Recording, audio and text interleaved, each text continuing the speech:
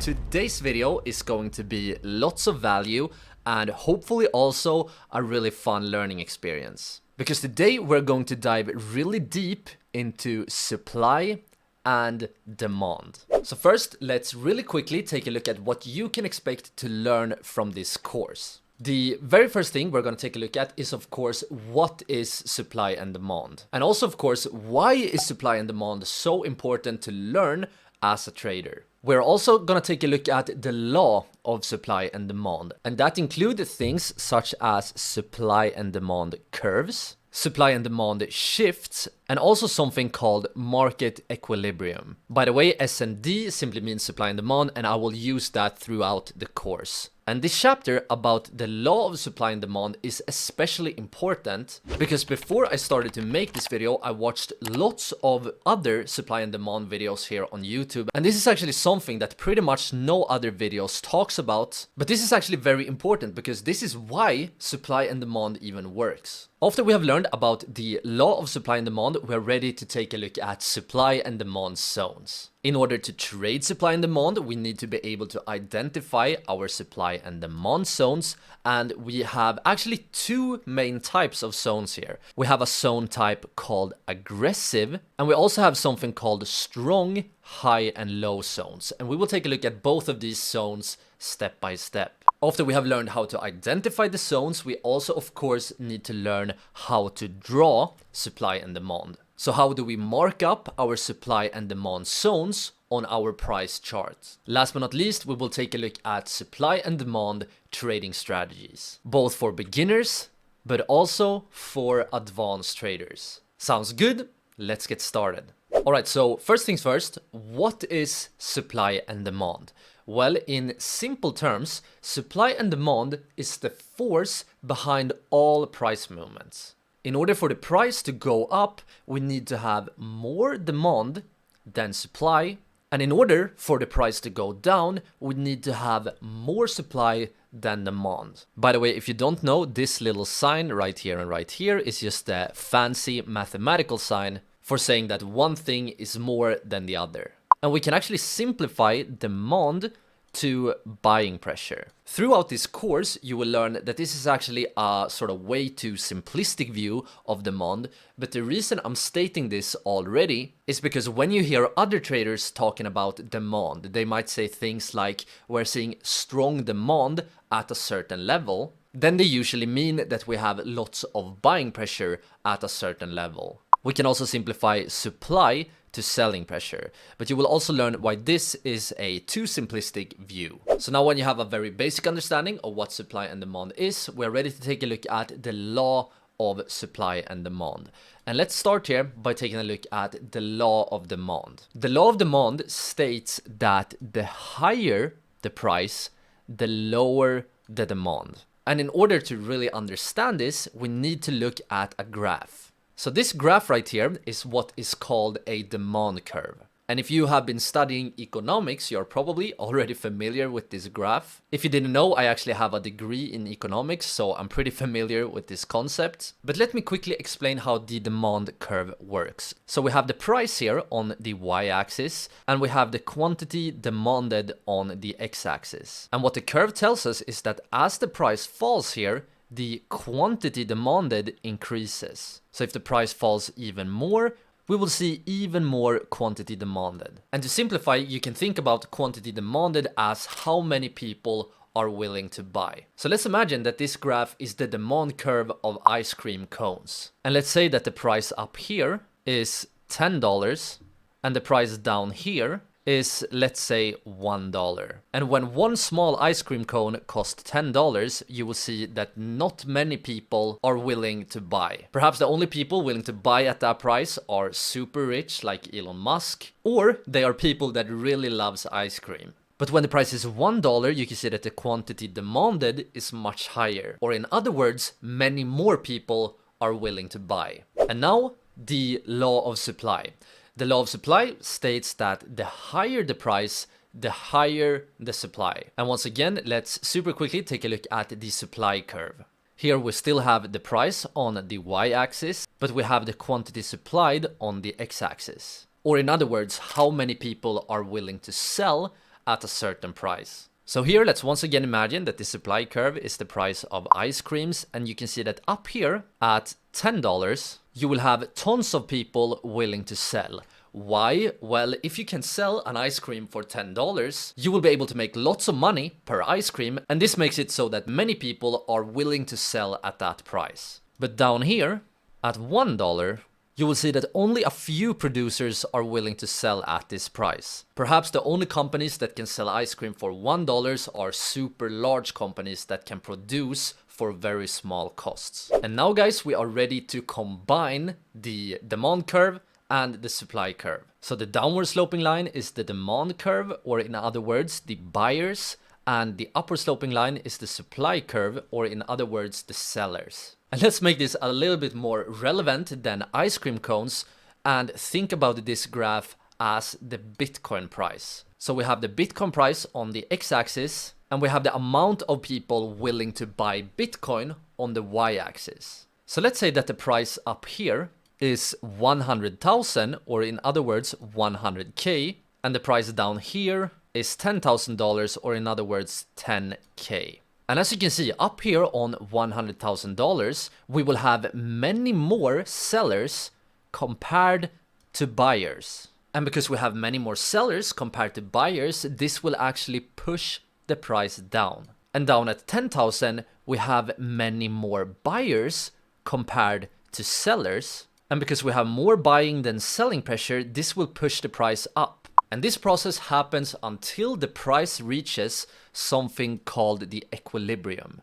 And the equilibrium is where supply is equal to demand. And because of market forces, the price will always seek to go to the equilibrium point. And Bitcoin is right now trading at around 65,000. So right now the equilibrium for Bitcoin is around 65K.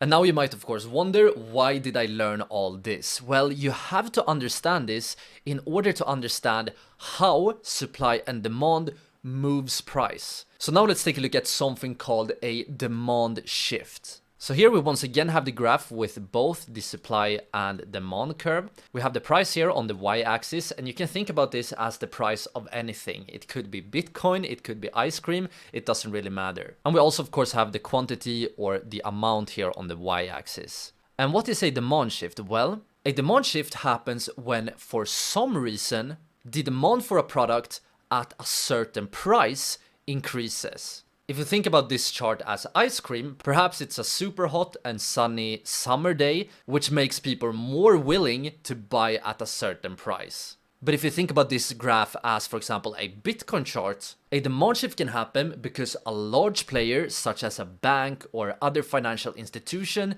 decides to buy. And when demand increases for a certain price level, this will actually shift the demand curve to the right. So the new demand curve might look something like this instead. We can call this new demand curve D2.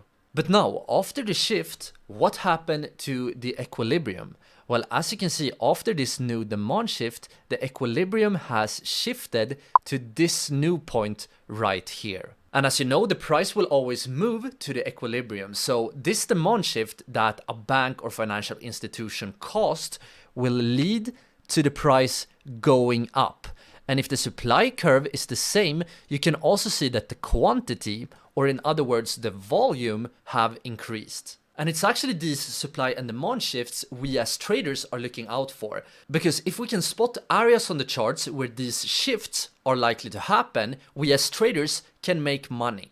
And now let's also take a quick look at the supply shift. So if for whatever reason, sellers are now more willing to sell at a certain price, you can once again imagine a large financial institution having to liquidate their position. This will push the supply curve here to the right. So this curve, let's call it S2, is our new supply curve. Because we have a new supply curve, we will also get a new equilibrium point. And all markets will always seek the equilibrium. So this supply shift will lead to the price falling down to this new equilibrium. So now when you know about the laws of supply and demand and what causes the price to move, we're finally ready to start talking about why probably most of you guys are here, and that is of course supply and demand trading. So how can we use supply and demand to improve our trading and as a result make more money? So when it comes to trading supply and demand, what we are essentially doing here is that we are combining two worlds. We're combining the laws of supply and demand, which is essentially economics, with technical analysis. And we use technical analysis to analyze how prices have moved in the past to predict future price movements. And we apply the principles of supply and demand to understand why the prices move in certain patterns. We need to understand both the how and the why in order to trade supply and demand successfully. So if you for some reason skip the part where we talked about the laws of supply and demand, I highly recommend that you watch that part before we continue the course here. So now it's time to talk about supply and demand zones. And how are these supply and demand zones created? Well, smart money, which is the large and wealthy investors like banks, hedge funds, and other financial institutions, causes large supply and demand shifts. And this will create visible supply and demand zones on the chart. And we as traders use these zones so we can trade in the same direction as the smart money. And we have two main types of supply and demand zones. One type, the first type, is what I call aggressive supply and demand zones, and the other type is what I call strong high/low supply and demand zones. So now let's take a look at both of these types individually. Alright, so let's first take a look at how to identify an aggressive demand zone. This particular example is an oil chart, but supply and demand zones can be found in all markets, whether you're trading crypto, forex, stocks, or commodities. And in order to identify an aggressive demand zone, what we're looking out for here is strong demand shifts. And as you guys know from earlier in the course, when we see strong demand shifts, the price will quickly move to the new equilibrium, and this leads to a fast and strong price movement. So what we're looking out for here is very sharp movements towards the upside. And right here on the chart, we have an example of aggressive demand coming in. To find aggressive demand, you want to look out for a candle that engulfs the previous candles. So as you guys can see, this green candle right here opens below and closes above all of these previous three red candles. Or in other words, the green candle engulfs the prior three candles. The green candle doesn't have to engulf three candles, sometimes two is enough. But in general, it's a good sign when we see these kind of strong engulfing candles. And what we also want to see here is that we want to see follow through. So it's not enough to just see one strong candle. We want this candle to be the beginning of a stronger move towards the upside. And in order to find our demand zone, we take a look at the strong candle where we saw a demand shift, and then we draw an area here to the right.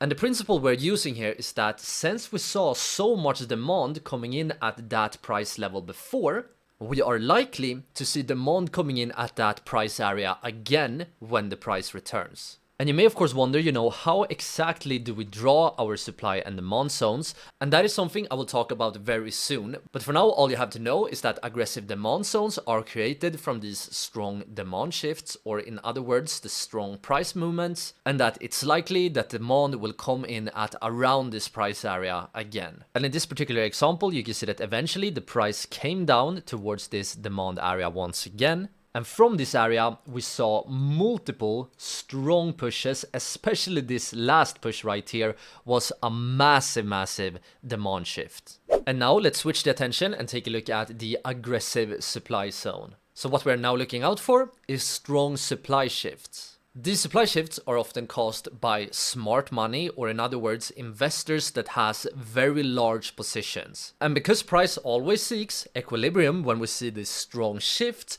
we will see massive downward pressure in price. So you can, for example, see that this red candle, which we have right here, was a super clear example of this kind of massive supply shifts. This right here was actually a very extreme examples, and you will not see these kinds of moves all the time, because as you can see, this red candle engulfed pretty much all of the previous candles, indicating very strong supply. But after we have identified this aggressive supply right here, but what we do here, just as we did with the aggressive demand, is that we drag a zone here to the right. And because we saw supply coming in the past, we expect potential aggressive supply coming in the future as well. And as you can see, in this case, the price came up to the supply area. It actually pushed a tiny bit above. This is what we call a false breakout or a failure test. And you will many times see this type of movements when it comes to supply and demand zones. But after that fake out, you can see that lots of supply came in and the price completely crashed to the downside. And we can actually repeat this process. So because we saw lots of supply coming in right here, we can actually draw a new supply zone to the right here. And as you can see, the price came up to this area. We saw some wicks trying to fake out, and then the price completely crashed here to the downside. And now, before we can talk about the other type of supply and demand zone, you guys need to know about something called strong highs and strong lows. And this concept right here is actually more related to market structure, and it's something I have been talking about extensively in my market structure training course. So actually, if you guys have the time, I highly recommend you guys to watch my course on market structure after you have watched this video, and I will make sure to leave a link to that course somewhere up in the corner of this video. And strong highs and lows is actually a very simple concept, so let's go over this really quick here. So let's start by taking a look at a strong high. So for example, this right here is a strong high, while this right here is a weak high. And in order to have a strong high, we need to see the movement from the high breaking the previous low. So as you can see, the movement from this high broke the previous low, which makes it a strong high, while the movement from the other high, you can see this movement right here did not break the previous low. For the same reason, for example, this low right here is a strong low, while this low right here is a weak low. And the reason for this is because the strong low broke above the previous high, while the weak low failed to do this. So now when we know this, we will be able to understand the strong low demand zone. And in my opinion, finding strong highs and strong lows, demand and supply zones, can often be much harder and much trickier than finding these aggressive zones. So make sure to, really pay attention now. So first of all, let's analyze the trend right here. You can see we have a low all the way down here. The price pushed up. We printed a high. We printed a low. We printed a higher high, we printed a sort of low here, and then we printed yet another high. So as you guys can see, we clearly have an uptrend right here, but this is far from a perfect uptrend, and this is very important because in real markets, when you have been trading for a while, you will realize that in real markets, we very seldom have this sort of perfect textbook type uptrends. Most of the times the uptrends will be a bit messy and can be hard to spot. And which of these low points are strong lows? Well, right here we have a strong low. Why is it a strong low? Well, because the price broke above the previous high. But you may wonder, isn't this a strong low then? Well, this is actually also a strong low because the price broke the previous high. But if we take a look at this low point right here, was this a strong low? Well, this was actually a weak low because the price failed to break to new highs. So here we have 1 and 2 potential strong low demand zones. But in order to find a strong low demand zone, it's not enough to find a strong low. What we also need to see is a relatively strong demand shift. And in order to have a strong demand shift, we want to see a strong movement in price. So you can see from the first low right here, we saw a very strong and powerful movement from the low, while from the next low here, you can see that we didn't really see a strong movement at all. This was a very weak movement. So in this case, the strong low demand zone is created from this price point right here. So once again, what we do is that we drag the zone here to the right from where the strong move began. Because we saw strong demand coming in the past, we would not be surprised if we see strong demand coming in the future. And in this case, you can see that the price came down to the demand area and then completely exploded here towards the upside. Next up, we have the strong high supply zone.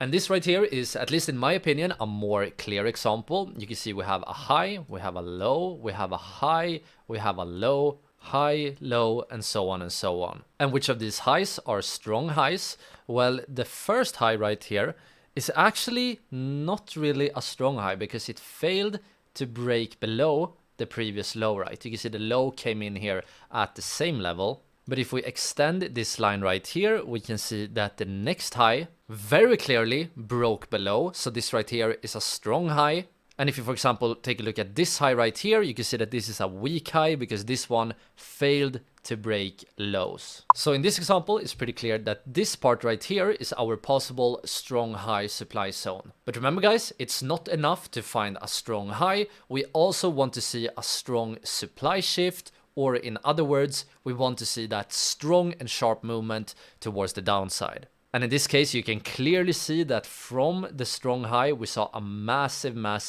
movement towards the downside, indicating lots of supply. So what we do here is that we drag a supply zone from that point. And in this particular case, you can see that as the price came up once again to this supply zone, we saw multiple strong reactions here towards the downside. Especially the last reaction right here was when we really saw strong supply coming in. And one very interesting thing about this move is that, look, once again, we had this sort of movement when we see the price quickly pushing above the supply zone just to reverse back down again. Okay, so now it's finally time to take a look at how do we actually draw these supply and demand zones. And this right here can actually be much harder than it seems. And when it comes to drawing supply and demand, you will realize that many traders will have different techniques. So for example, this right here is an example of aggressive demand coming in. But how would we draw this zone? Would we draw the demand zone like this? Would we draw the demand zone maybe like this? Or, you know, maybe a more correct way to draw the supply zone is more something like this. How can we know exactly how to draw our supply and demand? Alright, so now let's take a look at exactly how to draw our supply and demand zones. And for the rest of the course, I will be using TradingView. TradingView is, in my opinion, the best charting platform. It's the platform I use for all my technical analysis. If you for some reason don't use TradingView yet, I will make sure to leave a link down both in the top comment and the description that you can use to sign up for free and also get a little bonus. But now the tool we want to use to draw all our supply and demand zones can be found right here. You press on geometric shapes and you go down here to the rectangle tool. I have personally customized this tool a bit to be a gray area like this, and you can customize the tool by pressing on the settings button up here. You can choose to have a middle line or not, and you can choose the background color here, but I'm gonna keep it as it is. So the first method to draw your supply and demand zone is to use the last candle before the supply or demand appeared. So for example, right here, you can see that we saw aggressive demand coming in. And the first method is to take your rectangle tool from the lowest point of the candle before the demand come in, you drag it up to the highest point of that candle. So you drag your zone like this, and then you drag here to the right. And if you guys want to keep it very simple, you can use this method. But what I prefer to do here, let me delete this zone right here. What I prefer to do is to include a cluster of candles. The good thing about this method is that you will often get more accurate zones, but the sort of downside with this method is that it can be a bit harder. So if you guys want a rule of thumb, you can include a cluster of 3 candles. So what we do here is that we look at the 3 candles that happen before the demand came in, and we use our rectangle tool and we make sure that we include the whole cluster. So we include all these 3 candles that happens before the demand come in. So if we use this method, let's now draw a supply zone. So if we take a look right here, we saw a massive supply shift. We saw strong supply coming in. And using this method, we once again use our rectangle tool and we make sure to include the cluster of 3 candles that happen before the supply came in, and then we drag this zone to the right. But as I talked about earlier in the course, it's very important to remember that we will many times find these kinds of movements when the price quickly pushes above supply and demand before it reverses. And here, another principle when it comes to drawing supply and demand zones is that, for example, in this example, when we saw supply coming in, the price came back up, and then we saw supply coming in once again, is that we want to adjust the zone going forward according to the most recent supply move. And here, and this is very important, if we use the same rule as we recently talked about for this supply shift right here, remember what we then would do is that we would include the cluster of 3 candles that happen before the move up here. So we include all of these 3 candles and then we drag the zone to the right here. Here it's important to think, is this really the best way to draw supply right here? Because in this case we have to remember the previous supply area we drew looked something like this. And does it really make sense to draw the supply area lower than the last time? Well, since we saw the fake out right here, one could actually argue that the supply started to come in already at that point. And if you use the cluster of 3 candles method before the supply came in at that point, then the new supply zone would look more something like this. And this can actually be hard and take quite a bit of practice. So do we consider the supply starting from this point or from this point? Well, my 2 rules here is that you want to take the previous supply and demand into consideration, but what you also want to do is that you want to take the price action in consideration. And with price action, I mean that you want to take a look at how the price reacted to the previous supply area. So in this case, at least for me, the supply area right here makes more sense. And if we now once again switch the attention to the demand area, let's see here if we saw some demand coming in using the 3 cluster method. We drag the area a bit to the right here. And as you guys can see, we eventually saw demand coming in at this area, the beginning of a stronger move towards the upside. And what you also can see here is that if we extend the supply area even more, we indeed saw selling pressure, strong selling pressure coming in at that area multiple times. Perhaps using the 3 cluster method, you would have adjusted your area like this for the next supply area, right? If you consider this right here, the start of the supply. So now guys, it's finally time to take a look at how we can use supply and demand to actually trade. And before watching this part of the course, I do highly recommend that you watch all the previous chapters so that you understand what I do here. So step number 1 for this trading strategy is to identify our supply and demand. In this case, we see 2 very strong green candles indicating a significant demand shift. What you also can notice is that the origin of the demand shift completely engulfs the 4 previous candles. And as we talked about earlier, that is a good sign. Using our cluster of candles method, we draw a demand zone like this,